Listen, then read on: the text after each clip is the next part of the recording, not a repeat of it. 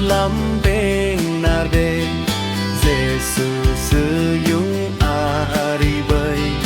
Giêsu sư hari linh lăng Giêsu tư pa lô tầng bơi Giêsu mềm cơ bần ti tê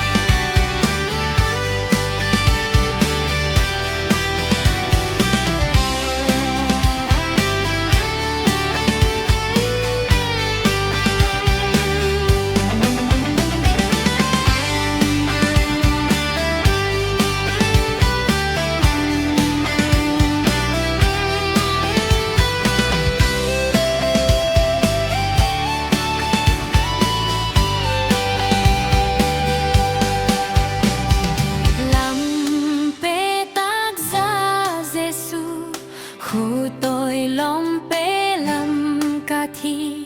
để te dong su zwa ka van a câu genti suraka Giêsu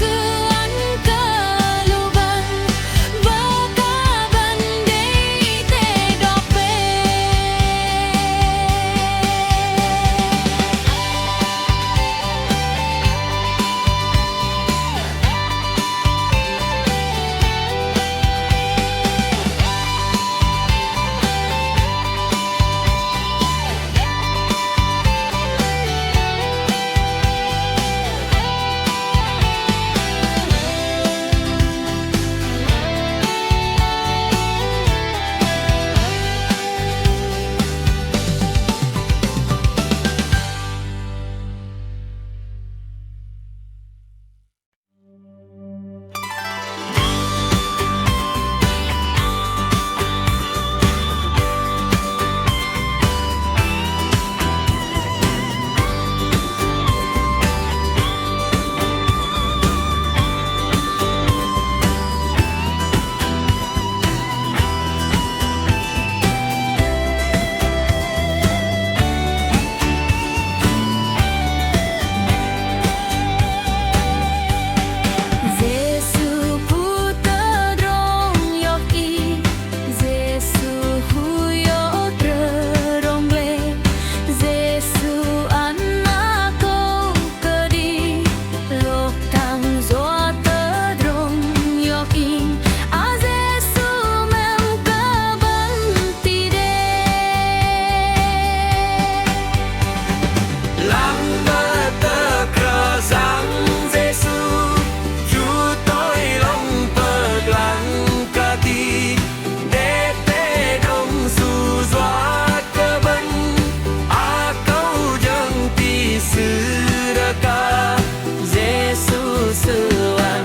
cơ lu van và ca van để te đọc pe Giêsu lốt lắm bên na đê Giêsu sư yung ari bơi Giêsu sư hari linh lăng Giêsu ư pa lô tầng bơi Giêsu